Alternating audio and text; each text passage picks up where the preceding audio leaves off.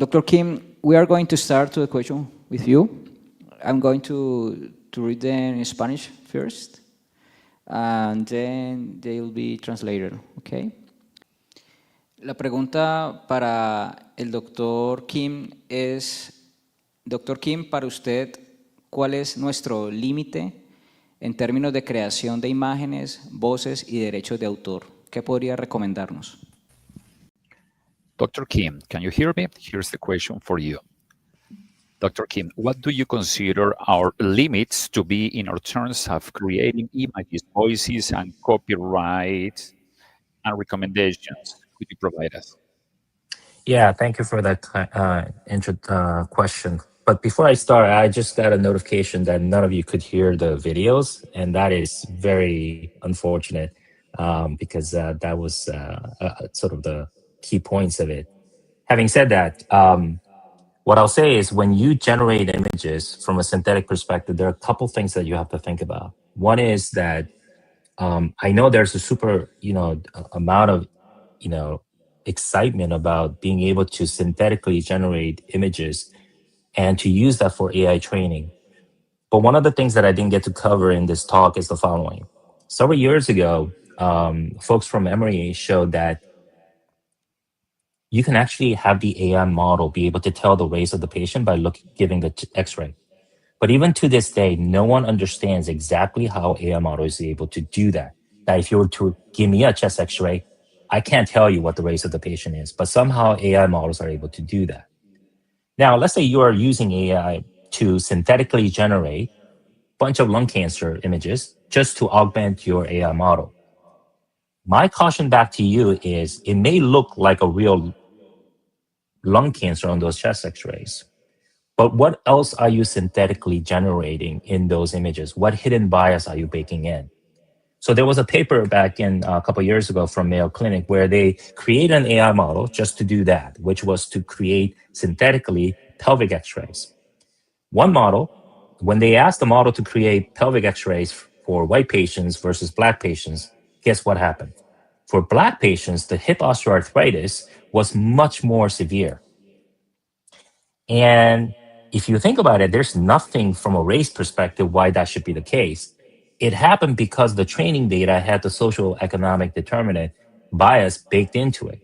So my caution back to you is that when you generate synthetic images, you really have to think about what kind of hidden bias that you're baking in. So it's not just about like, oh, does it look great? And speaking of copyright issue, that's another great question because it's been shown that when you use these models to synthetically create like chest X-rays or other images, they will sometimes copy exactly the training data. So it may actually leak out the real patient images. So those are some of the pitfalls that you have to think about. But great question.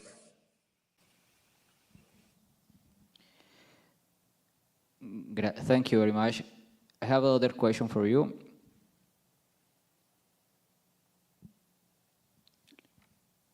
La voy a ver en español.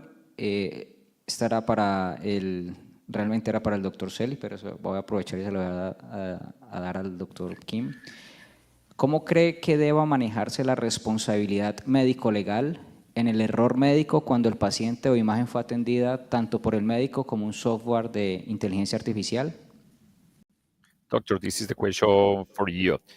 How do you think medical legal responsibility should be managed in cases of medical error or mistake when the patient or the image was attended to by the physical and an artificial intelligence software? Yeah, that's a great question. And in fact, unfortunately, there is no answer that we know of. And, I used to answer this question by saying, we will know, at least in the United States, when we have the next big class action lawsuit against one of the AI solutions because they made a mistake, is when we know exactly how the legal would respond from a malpractice perspective. It is a question that we ask all the time in conferences in the United States. Who takes the medical legal liability? Is it the hospital? Is it the AI manufacturers? Or is it the radiologists? Who is it?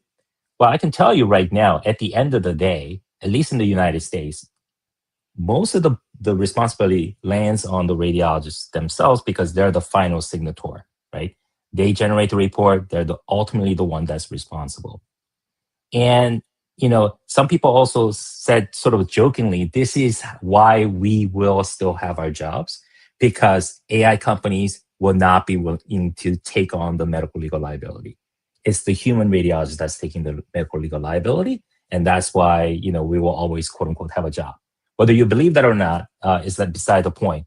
The short answer is, unfortunately, I don't know how it is in Colombia, but in the United States right now, it is a question that we still wrestle with.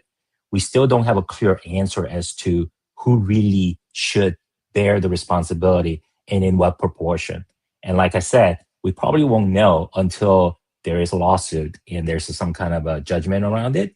Then I think we're going to have a better sense of like, okay, this is what's going to happen from a medical legal perspective. But as of today, what we all assume is that radiologists, at the end of the day, you're responsible no matter what. And so this is another reason why the radiologist must understand how AI works, that if just because they say, hey, our model's 99% accurate, you don't just blindly sign off and say, yeah, I agree. Because at the end of the day, when that's wrong, guess what? You're the one who's responsible for it. So hopefully that answers the question. But great question. Thank you. Thank you very much, Dr. Kim. I want to share the same question for the other speakers because, the reality is different. So, in other countries. So, para la doctora Martina y el doctor Ignacio, nos gustaría saber su opinión y también alguno de los ponentes presentes acerca de esa pregunta, acerca de cómo sería esa responsabilidad médico-legal si existiese un error médico en la interpretación de alguna imagen que ha sido evaluada por el médico y también por un software de IA.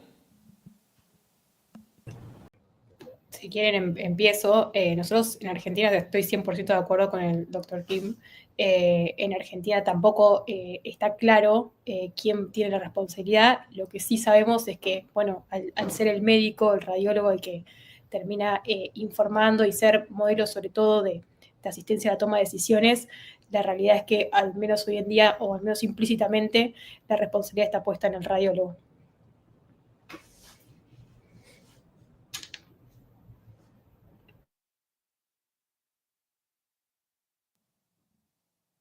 Ok, ¿el doctor Fuentes está disponible? Perdonar que estoy andando aquí por el... Sí, yo estoy de acuerdo con lo que he escuchado. Sí, para nosotros sería más empoderar más al clínico, ¿no? En este caso al radiólogo o al médico. Estas tecnologías, o al menos la forma como lo entendemos, no están pensadas para, al menos para nosotros, sustituir a nadie. No sé si lo ha mencionado algún ponente, pero de cuando en cuando aparece alguien que nos cuenta cómo estamos tan cerca de la inteligencia artificial general, ¿no? Bueno, pues ahí está la respuesta. O sea, si nos creemos eso, pues entonces estamos en el escenario. Si no, estas herramientas sirven para lo que sirven. O sea, ¿por qué una misma herramienta no me hace la predicción sobre mama, sobre seno, sobre pulmón? Me hace la predicción de todo el cuerpo. Hoy en día estamos lejos, esto no lo tenemos. O sea, yo creo que hay que ser un poco conscientes de las realidades o las limitaciones de la tecnología.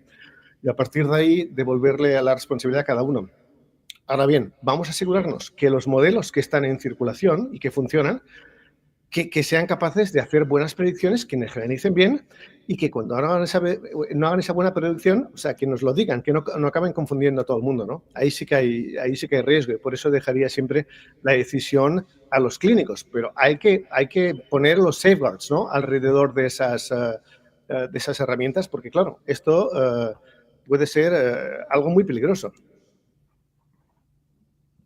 Listo, doctor. Muchísimas gracias. La doctora Martina también por la respuesta. Doctora Martina, tenemos una pregunta puntual y es, durante el análisis de los modelos desarrollados in-house o adquiridos comercialmente, ¿hacen validaciones de sesgo por género, grupo etario y grupo étnico?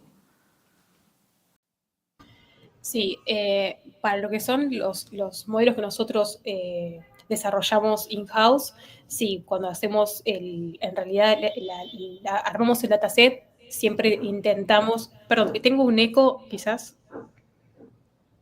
me vuelvo a escuchar yo, ahí está, que creamos datasets, nos basamos mucho en nuestra población local para intentar reproducir de la mejor forma la población que tenemos en el hospital. Cuando pasamos por todo el proceso, como yo he mostrado hoy en Pipeline, siempre hacemos una validación interna y una validación externa y siempre somos muy cuidadosos con que los modelos sean funcionales en toda la población que nosotros tenemos. Y en el caso de los modelos comerciales, sí, siempre pasan por todo un pipeline en el cual también hay una validación con la población local para siempre evaluar si hay algún error en la interpretación, por ejemplo, siempre ya conocerlos desde la base para terminar decidiendo si vamos a utilizar esa herramienta comercial o no. Muchísimas gracias, doctora. Una pregunta para Andrés Naranjo u Orange. Andrés, sabiendo ya que la innovación es una necesidad transversal en todos los campos, ¿estaría de acuerdo y de estarlo? ¿Cómo se haría para que se comience en estadios tempranos de la educación la introducción a la innovación? Bueno, muchas gracias por la pregunta. Creo que ya lo estamos haciendo y ya está en muchos centros educativos como una competencia transversal y obligatoria.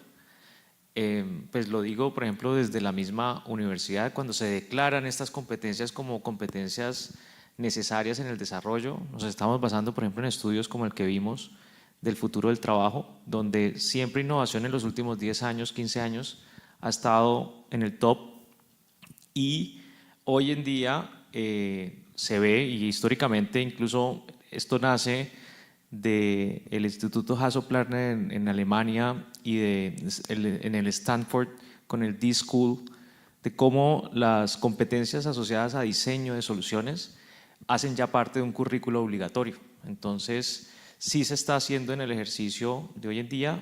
Desconozco un poco desde el punto de vista de la educación primaria cómo se está interviniendo, pero en la educación superior sí se está desarrollando una competencia crítica dentro de los currículos y que son materias que son transversales, ¿sí? Yo, por ejemplo, ahorita en los últimos 3 años le he estado dando a ingenieros de sistemas, a ingenieros industriales, a ingenieros telemáticos, a diseñadores industriales, a administradores, materias asociadas a emprendimiento e innovación.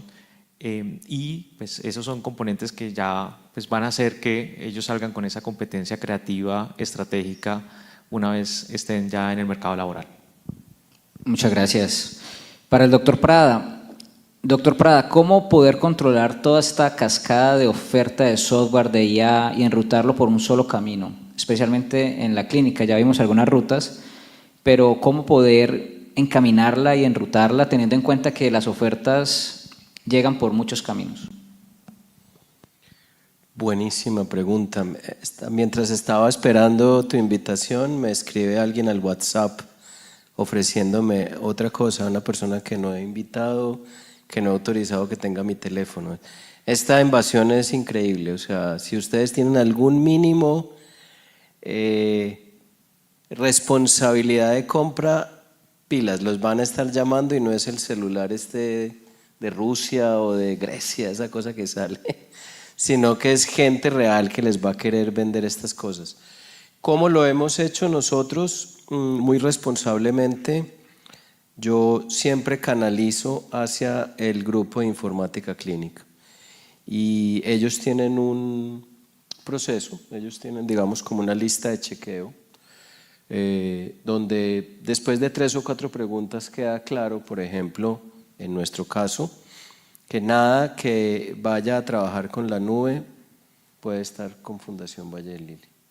Es una decisión corporativa y por esa razón salen muchas de estas iniciativas, porque muchas de estas iniciativas siempre te están prometiendo, dame tus datos, nosotros los vamos a procesar en algún lugar y te vamos a devolver algún output, digamos, alguna salida de eso. Nosotros hemos decidido que eso no va con nosotros, entonces eso quita a muchas de las ofertas que hay.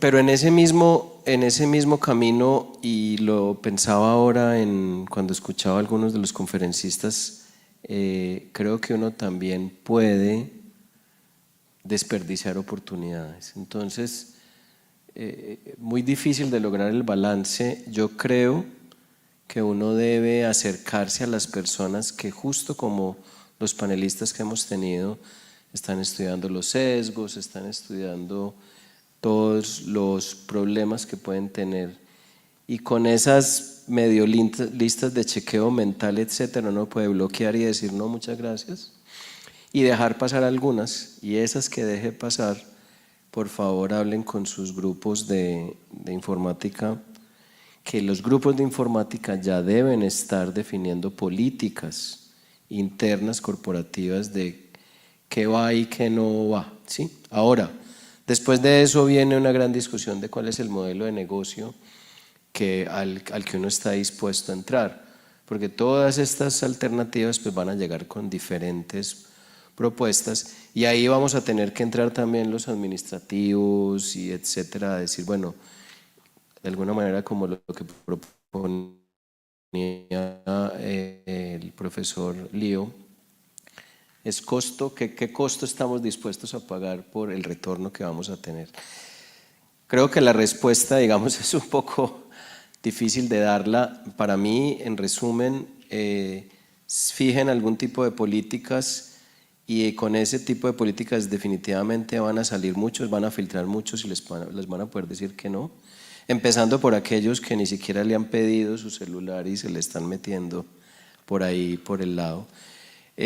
Dos, buscar un poco de lo que nos dicen los expertos, que tenemos que preguntarle a estas personas de qué nos están ofreciendo. Y tres, pues hacer un poquito el modelo de negocio, pero no decirle que no a todo, porque realmente creo que pueden haber unas oportunidades muy, muy interesantes, y muchas veces pues perderías más de lo que ganarías. Muchas gracias, doctor Prada. No sé si los demás ponentes nos podrían contar un poco cómo hacen esa ruta, cómo la filtran, cómo lo enrutan con las propuestas o ofertas de IA que llegan constantemente por diferentes caminos en los hospitales. No sé, la doctora Martina, el doctor Fuentes. Nosotros, un poco como mostré en la segunda charla, que tenemos este pipeline en el cual trabajamos. Lo que primero hacemos es, cuando viene alguien con una idea, tenemos un formulario en donde más o menos nos cuentan un poco, bueno, qué es lo que quieren hacer, por qué, si es un hallazgo, por ejemplo, en el caso de las imágenes, bueno, es un hallazgo crítico, es un hallazgo que es frecuente o no. Vemos si tenemos imágenes para crear ese modelo o no in-house. También lo que evaluamos un poco es, bueno, si nosotros implementamos ese modelo, ¿qué va a pasar en la práctica clínica? ¿Va a cambiar alguna decisión el médico? ¿Lo va a ayudar? ¿O va a ser un poco más de lo mismo? Entonces, un poco este estudio de factibilidad lo hacemos siempre, sobre todo porque al principio aceptábamos todo, sobre todo porque teníamos mucho entusiasmo, y después vimos que muchos de los proyectos quedaban como la parte de investigación y nunca los podíamos pasar a implementación, sobre todo muchos trabajos que hemos hecho, por ejemplo, de radiómica. Entonces, algo que hacemos hoy en día para intentar, siempre con la idea de poder implementar, es hacer un buen análisis de factibilidad, y nos reunimos con el grupo, con los interesados, con quienes vayan a liderar desde la parte médica los proyectos, y nos ponemos de acuerdo para esto, para si vamos a comenzar con un proyecto, primero tener los recursos necesarios, y por otro lado, ver que ese proyecto realmente se pueda bajar a tierra, si se quiere, porque a veces tenemos proyectos que son muy ambiciosos y la realidad es que muchas veces, bueno, nos van a quedar en el camino. Entonces, este orden que hemos hecho después de, ya les digo, de muchos fracasos, hemos aprendido a ordenarnos un poco y a comenzar a hacer proyectos que realmente veamos que se pueden llegar a implementar. Yo podría añadir, Felipe, bueno, primero saludaros, Felipe doctor Parada aquí, porque Sergio, porque me hubiera gustado estar ahí hoy y no me he podido organizar mejor. Estoy totalmente de acuerdo con Martina. Aunque nosotros no venimos con el lado de comercialización, incluso si quieres hacer investigación, necesitas una cierta base, ¿no? Y ahí desarrollamos un modelo de colaboración. Y esto es bueno porque, sobre todo, algo que nos pasa a nosotros mucho es que todo el mundo quiere hacerse la foto, quiere salir en la prensa o hacer algo así porque hemos hecho algún tipo de colaboración con el MIT, ¿no? Y esto está muy bien, pero así no ayudamos a nadie. Entonces, ¿cómo se puede trabajar de forma conjunta entendiendo que ese colaborador es serio y que realmente quieren tener un impacto con sus pacientes? Y después uno aprende, pero me gusta mucho la idea de los checks, de crear algún tipo de documento. Tenemos un formato, entonces hablamos con hospitales constantemente, quién quiere colaborar con nosotros y cómo se les puede ayudar en esa adopción, ¿no? Después ya se entra en un mundo de complejidades. Si me preguntan qué hace que una colaboración funcione, no lo sé. ¿Qué hace que no funcione? Ahí sí tengo una lista larga. Pero bueno, supongo que también se aprende de una forma y de otra, ¿no? Y después no desanimarse porque todo lo que es la adopción de este tipo de tecnologías, ya sea en una línea comercial o de investigación, lleva tiempo. La parte comercial, todo lo que puede afectar al P&L, a la gestión de optimización de recursos, esta es clarísima. Y ahí, pues, es lo que decía Sergio hace un momento, ¿no? Eso no es trade-off, tienes que ver, pues, hasta cuánto decides, cuánto arriesgas, es un análisis particular de cada centro, ¿no? Y algo que nosotros planteamos siempre cuando intentamos establecer estas colaboraciones, no es aquí tienes una herramienta y cómo la vas a utilizar, o sea, y utilízala, es cómo la quieres utilizar. Porque igual lo tienes que hacer para una población específica, para una demografía, o sea, tiene que ser un poco cómo se adopta y de qué forma pues, se puede utilizar eso. Entonces, ahí sí hay ese sentido de ownership, de adopción, ¿no? Yo diría, esto debería facilitar pues, que se utilicen. Y entonces, pues, pueden haber diferentes opciones en función de uno si está en una línea más de investigación o bien lo está pues, en un formato comercial. Y además yo lo haría de una forma inclusiva. Yo creo que hace falta más gente aquí en esto. No solo investigación, pero investigación, compañías. O sea, esto me parece que estamos todavía muy atrás aquí. Pero bueno, yo sé que ahí Felipe, Sergio, sois los pioneros también en ese campo y vais a facilitar que esto pase como muchos otros, ¿no? Esto es importante. En fin, me callo que si no sigo hablando aquí y no de esto. Muchas gracias, doctor. Ya para finalizar, me gustaría escuchar al doctor Kim en esta, pues, que nos comparta esta experiencia. Dr. Kim, could you share with us your experience about this question? How do you select or control the new AI program offerings? Can you repeat the question? What do you mean by new AI offering?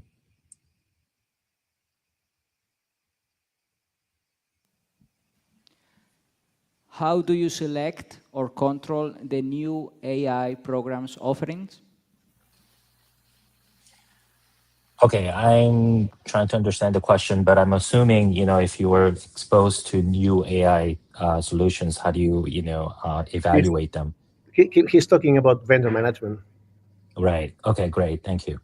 So one of the things that you have to do is, for sure, is you never just go by whatever the vendors tell you. So even if they were to tell you that their models perform 99% accurate, you can't just believe that and then just make it go live on day one. What you have to do is you have to install the AI solutions, and then you should have a rubric of how to evaluate AI solutions before going live. And one of the main procedures involved in that is actually locally evaluating the AI solution using your own data, just to make sure that the accuracy and all the metrics that are important to you actually work in your own data. Because the AI model that works well at one part of your country or in one hospital doesn't necessarily mean that it's going to work just as well. So local evaluation is key. The other thing is one of the things that you have to understand is that AI models don't work like calculators. Meaning that if I were to put in 2 + 2 in your calculator today, it will give you 4 today. And if I were to do this again 50 years from now, that same calculator is going to say 4. AI models, however, their performance trips over time because the input data changes all the time. And so because of that, you need to have continuous monitoring. So the one thing that you need before you actually buy the AI solution and then deploy them is have what we call AI governance, meaning that you should develop a team that would actually be able to have a procedure. How do we evaluate to determine which one we're even going to try it, and have procedures like, hey, can we try it in a shadow mode, meaning that the AI will run in the background while I continue to work the way I am, just to see what's the pre and post benefits of that AI solution is. And then also test it on real live data using your own hospital information, just to make sure that it works well. But also your job is not done then also you need to continuously monitor so that if the AI performance drops, at a certain point, you're gonna have to say, you know what, we need to either stop using it, or you need to give me a new version, or get your solution, go through another regulatory clearance. Whatever that process is, you won't know until you monitor that AI solution. So continuous monitoring of AI solution is something that you must do. So those are my quick recommendations when it comes to evaluating new AI models. But great question. Thank you. Thank you very much, doctor. Y muchas gracias al resto de ponentes, también a los ponentes aquí presentes. Damos por finalizado el primer módulo de la mañana. A continuación vamos al almuerzo, es libre, y nos vemos a la 1:45 para el comienzo del segundo módulo. Muchísimas